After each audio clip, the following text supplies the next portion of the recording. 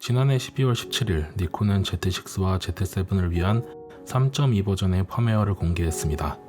최근 카메라 브랜드들은 신규 카메라의 개발과 더불어 기존 카메라의 스펙을 한층 업그레이드 해주는 펌웨어를 많이 선보하고 있지만 니콘의 새로운 펌웨어는 영상 감독들에게 유독 많은 주목을 받았습니다. 펌웨어의 주요 내용은 블랙매직 비디오 어시스트 레코더를 활용하여 블랙매직 로우를 지원하는 것이기 때문입니다. 오늘 감성 필름 컨텐츠는 영상 로우 포맷에 대한 기본적인 이해와 함께 Z6로 비로우를 촬영하는 방법, 그리고 로우에 대한 활용법과 앞으로의 가능성에 대해 이야기해보는 시간입니다.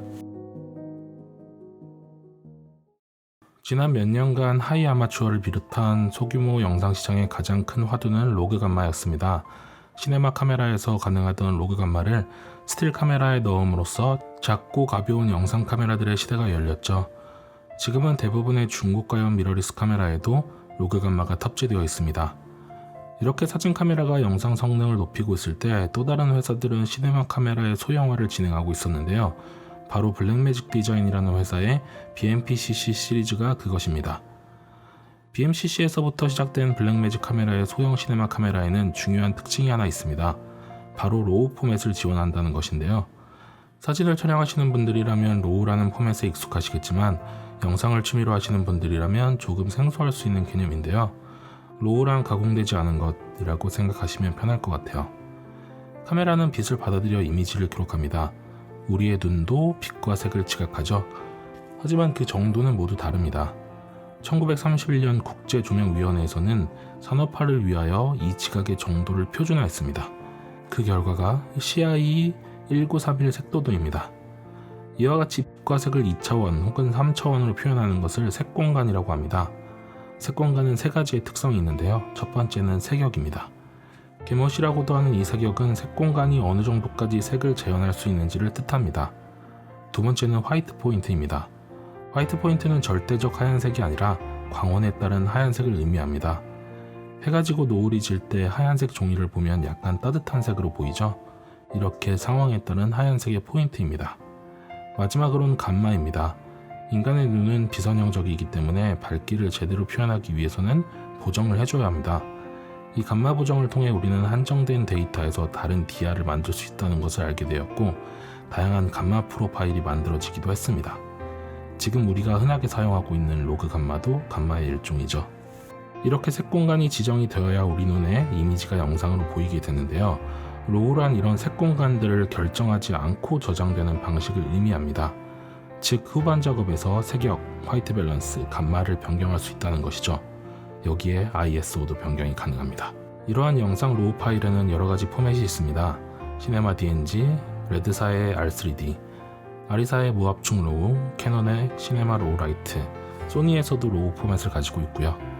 주로 시네마 카메라를 제조하는 회사에서 독자적인 로우 기술을 만들어 각각의 회사 제품들에서 로우 촬영이 가능했어요. 그러나 애플과 블랙매직과 같은 기업에서는 프로레스 로우와 비로우 포맷을 개발하여 이를 다른 모니터 회사들과 협력하거나 다른 카메라 회사들과 협력해서 시네마캠이 아닌 미러리스에서도 로우 촬영이 가능하도록 지원하기 시작했어요. 니콘이 시네마 카메라를 보유하고 있진 않지만 로우 촬영이 가능해지기 시작한 이유입니다. 이렇게 저가형 시네마 카메라나 최근에 로우를 지원하는 미러리스의 경우에는 녹화를 위한 외장 레코더가 따로 필요합니다. 이러한 외장 레코더에는 블랙매직의 비디오 어시스트나 아토모스의 닌자 등이 있습니다. 자, 이제 본격적으로 니콘의 Z 시리즈로 새롭게 지원되는 블랙매직 로우를 촬영하기 위한 세팅법을 안내해 드릴게요. 우선 Z 시리즈를 로우가 가능하도록 업데이트 해주셔야 합니다. 또한 블랙매직 어시스트 레코더도 업데이트가 필요합니다. 업데이트를 하셨다면 다음 순서에 맞춰 세팅을 시작해주세요. 먼저 다이얼을 M 모드로 바꿔주시고요. 그리고 카메라를 비디오 캡처 모드로 변경해줍니다. 다음으로 메뉴 버튼을 눌러 메뉴로 들어가셔서 네 번째 사용자 설정 메뉴로 들어가세요. C타이머 AE 고정을 선택해줍니다. 그리고 C3의 전원 오프까지의 시간 메뉴로 들어갑니다. 네 가지 항목 중 마지막 대기 타이머를 누르시고 제한 없음으로 설정해주세요. 다음으로는 HDMI 옵션 설정입니다. 메인 메뉴 중 설정 메뉴로 들어가셔서 HDMI 메뉴로 들어가겠습니다.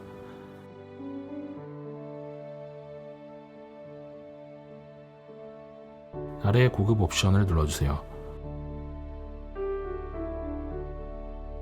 여기에서 외부 녹화 제어를 ON으로 설정해 주시고 로우 아웃풋 옵션으로 들어갑니다.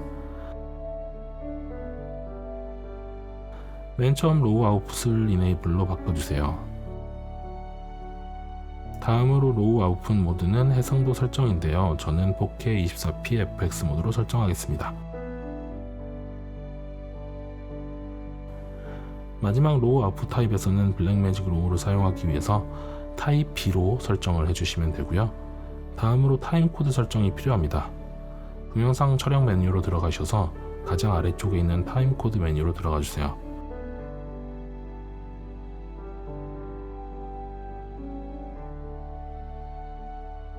타임코드 기록 메뉴에서 ON, HDMI 출력과 함께를 선택해 주세요. 그리고 합계 방법은 레코드 런을 선택해 주시면 되고요. 타임코드 오리진은 현재 시간을 선택해 주시면 됩니다. 이제 카메라의 설정은 모두 마무리가 되었습니다. 레코더의 설정을 위해 우측 상단에 있는 아이콘을 터치해 주시고요. 레코드 탭에서 인풋을 HDMI로 설정해 주세요. 그리고 코덱을 블랙매직 로우로 설정해 주시고요. 코덱의 퀄리티는 콘스탄트 비트레이트와 퀄리티가 있는데 이론 그대로 비트레이트를 유지할 것이냐 퀄리티를 유지할 것이냐입니다. 저는 주로 콘스탄트 비트레이트 3:1을 사용하고 있어요. 이 화면에서 오른쪽 메뉴로 들어가셔서 트리거 레코드를 비디오 스타트 스탑으로 변경해 주시고요. 그리고 경고를 설정해 줍니다. 이 설정은 프레임이 드롭될 때 경고를 준다는 의미입니다. 셋업으로 들어가셔서 타임코드 인풋을 비디오 인풋으로, 타임코드 프레퍼런스를 디폰트로 해주세요. 이제 세팅이 완료되었습니다. 여기서 꼭 아셔야 할 것은 코덱인데요. 고정 비트레이트 코덱과 균일화진 코덱의 차이를 설명을 드릴게요. 비트레이트 코덱은 대부분의 코덱과 비슷합니다. 이 코덱은 데이터 레이트를 일정한 수치로 유지를 합니다. 즉 복잡한 영상을 촬영하는 경우에도 고정 비트레이트 코덱을 사용하면 더 많이 압축하여 저장합니다. 단 이 방식은 비디오 코덱을 사용할 때는 문제가 없지만 로우로 촬영하는 경우에는 너무 심하게 압축이 되어서 화질이 떨어질 가능성이 있어요.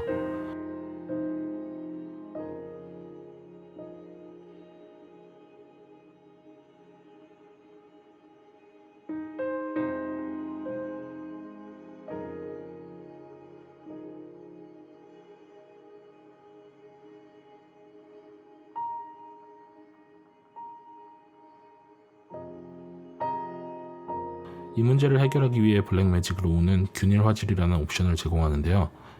영상이 추가 데이터가 필요할 경우 파일 크기를 증가시켜서 영상의 화질을 유지합니다. 이 경우에는 용량이 커져서 프레임 드롭을 유발할 수 있기 때문에 경고 옵션을 항상 활성화를 해두시는 것이 좋습니다.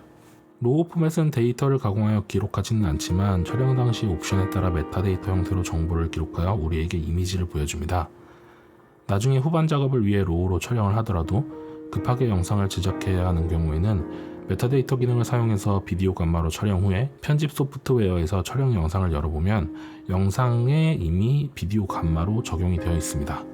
이제부터 편집 소프트웨어인 다빈치 리졸브를 통해 로우 파일을 작업하는 법을 알려드릴게요. 로우 포맷은 후반에서 색역, 감마, 화이트 포인트 등을 변경할 수 있다고 말씀을 드렸는데요. 다빈치 리졸브의 컬러 탭에서 변경이 가능합니다. 다빈치 리졸브의 화면에서 아래 컬러 탭을 선택하신 후에 왼쪽 가운데에 보면 여러가지 선택할 수 있는 항목이 보이는데요. 여기에서 맨 왼쪽의 카메라 그림이 로우 파일을 조정하는 카메라 로우 항목입니다. 왼쪽에 있는 설정 중 디코드 유징을 클립으로 변경하면 최초 촬영 시의 설정을 바꿀 수가 있어요. 화이트 밸런스와 컬러 스페이스, 감마 변경이 가능하고요. 니콘 비로우는 ISO 변경은 불가능합니다. 자, 첫 번째로 화이트 밸런스를 변경을 위해 설정된 프리셋들을 사용할 수가 있어요. 일광, 흐린 날, 텅스텐 조명화에 맞는 설정들이 있고 커스텀으로 설정 시에는 오른쪽 컬러 템포와 틴트 조정을 통해서 화이트 밸런스를 조정할 수가 있습니다. 그리고 여기서부터가 재밌는데요. 개먹과 감마를 자유롭게 변경할 수가 있어요. 다빈치 리졸브는 ASYS라는 시스템을 통해서 표준화된 각 제조사의 개멋을 제공합니다. ASYS 시스템이란 디지털 영상 마스터링을 원활히 수행하기 위해 2004년부터 개발이 시작된 차세대 색관리 표준입니다. 여러 제조사가 가지고 있는 고유한 개멋, 감마 등의 각기 다른 특성 등을 자유롭게 적용할 수 있다는 의미죠.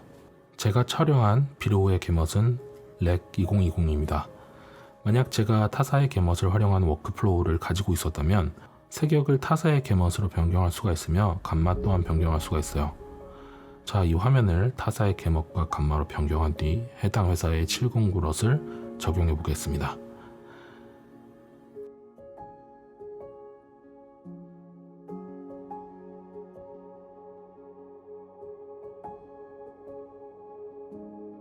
카메라가 다르기 때문에 해당 카메라로 촬영한 특성을 100% 반영하지는 않지만 파일을 붙여서 사용하기에 어색하지 않은 화면으로 전환이 되었습니다. 로우 파일이 가진 힘이죠. 여기에서 블랙매직 커스텀 감마를 활용하면 오른쪽 감마 컨트롤이 활성화되면서 보다 더 많은 조정을 할 수가 있어요. 섀도우와 콘트라스트의 조정, 미드포인트의 조정을 통해서 영상이 가진 톤과 무드의 밸런스 조정이 가능하며 시네마 카메라의 주요 특성 중의 하나인 하이라이트 롤오프와 섀도우의 롤오프 조정 등이 가능합니다. 제가 항상 강조하는 블랙 레벨도 설정이 가능하고요.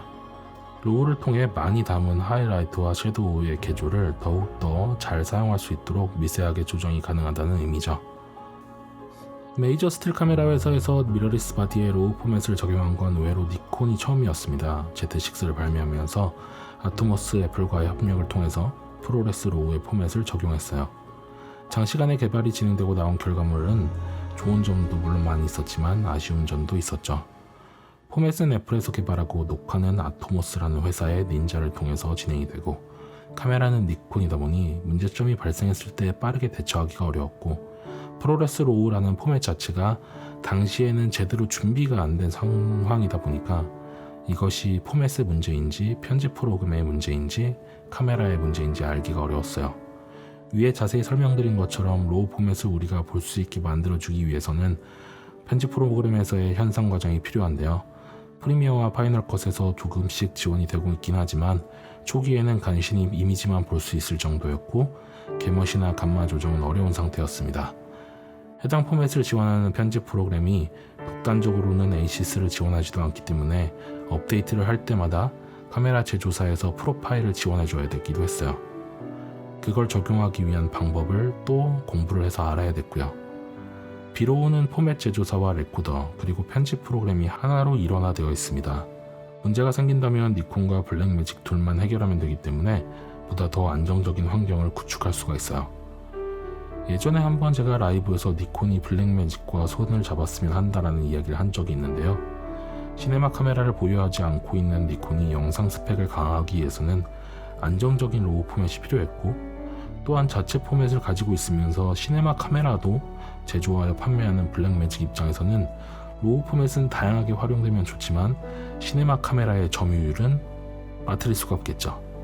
두 기업의 제휴는 상대방에게 위협은 주지 않으면서 이득은 줄 수 있는 아주 좋은 상황이었습니다. 이렇게 비로우가 지원이 되면서 니콘으로 사진을 촬영하시던 분들이 영상을 보다 전문적으로 촬영할 수 있는 환경이 구축되었어요. 비로우를 지원하는 카메라들은 늘어나고 있지만 스틸 카메라로서 좋은 퀄리티의 성능을 보유하면서 비로우를 지원하는 카메라는 니콘의 Z 시리즈가 아직까지는 유일하기 때문에 기존의 비로우를 사용하시던 분들 중에서 사진도 촬영하고 싶으시거나 AF 시스템이 필요하신 동영상 촬영자들에게는 Z 시리즈와 비로우가 하나의 좋은 옵션이 될 것입니다. 오늘 이렇게 니콘의 Z 시리즈로 비로우를 촬영하는 방법과 보정법에 대해 간단히 이야기를 드렸는데요. 사실 몇 시간의 강의가 필요한 내용을 축약해서 설명드리다 보니 이 과정에서 오류가 있을 수도 있기 때문에 감안해서 봐주시면 좋을 것 같아요. 로그를 설명드릴 때도 드린 말씀이지만 이러한 포맷들이 항상 좋은 결과물을 가져다 주는 것은 아닙니다. 포맷과 코덱의 자유도가 높아진다는 것은 역설적으로 결정해야 하는 것이 많아진다는 의미이기도 합니다. 카메라 제조업체가 평균적으로 좋은 결과물을 내주도록 설정한 많은 것들을 내가 가진 지식 그리고 나의 의도를 바탕으로 만들어 나가야 합니다. 색 공간에 대한 이해와 그 속에 있는 색역, 감마, 화이트 포인트들의 세부 항목들을 알고 그것을 컨트롤할 수가 있어야지 최종적으로 좋은 결과물이 나오게 돼요. 이런 어려움들이 있음에도 불구하고 영상을 조금 더 깊게 공부해보고 싶으신 분들에게는 로우 포맷 촬영을 연구해보시는 것을 추천을 드립니다. 또한 기존의 니콘의 Z 시리즈를 활용하시던 분들 중에서 패션 사진을 찍으시거나 광고 사진 촬영 등을 하시면서 간단한 이미지 컷 위주의 영상들을 만들고 싶으신 분들에게 정말 좋은 옵션이 될 것이라고 생각을 해요. 기존의 Z 시리즈의 비디오 어시스트만 추가하시면 로우 포맷 촬영이 되기 때문입니다. 스틸 카메라를 운용하시면서 새로 로우까지 촬영되는 카메라를 구매하실 필요가 없이 고퀄리티의 이미지 영상을 만드는 것이 가능하죠. 또한 사진을 촬영하시는 분들은 로우 포맷에 대한 이해를 갖고 계신 경우가 많기 때문에 적응하기도 어렵지 않으실 거예요. 아직 모자란 점도 부족한 점도 많은 미러리스 카메라 환경에서의 로우 촬영이지만 지속적으로 기술은 발전하고 있고 또 니콘과 같은 회사들이 그 기술을 발빠르게 적용하고 있기 때문에 변화에 맞춰 워크플로우도 발빠르게 가져가는 것이 좋은 영상을 만드는 하나의 방법이지 않을까 합니다. 오늘의 영상은 여기까지고요. 다음에는 또 다른 재미있는 이야기로 찾아뵐 수 있도록 하겠습니다. 영상 재밌게 봐주셔서 감사드리고요. 좋아요와 댓글도 많이 부탁드립니다. 감사합니다.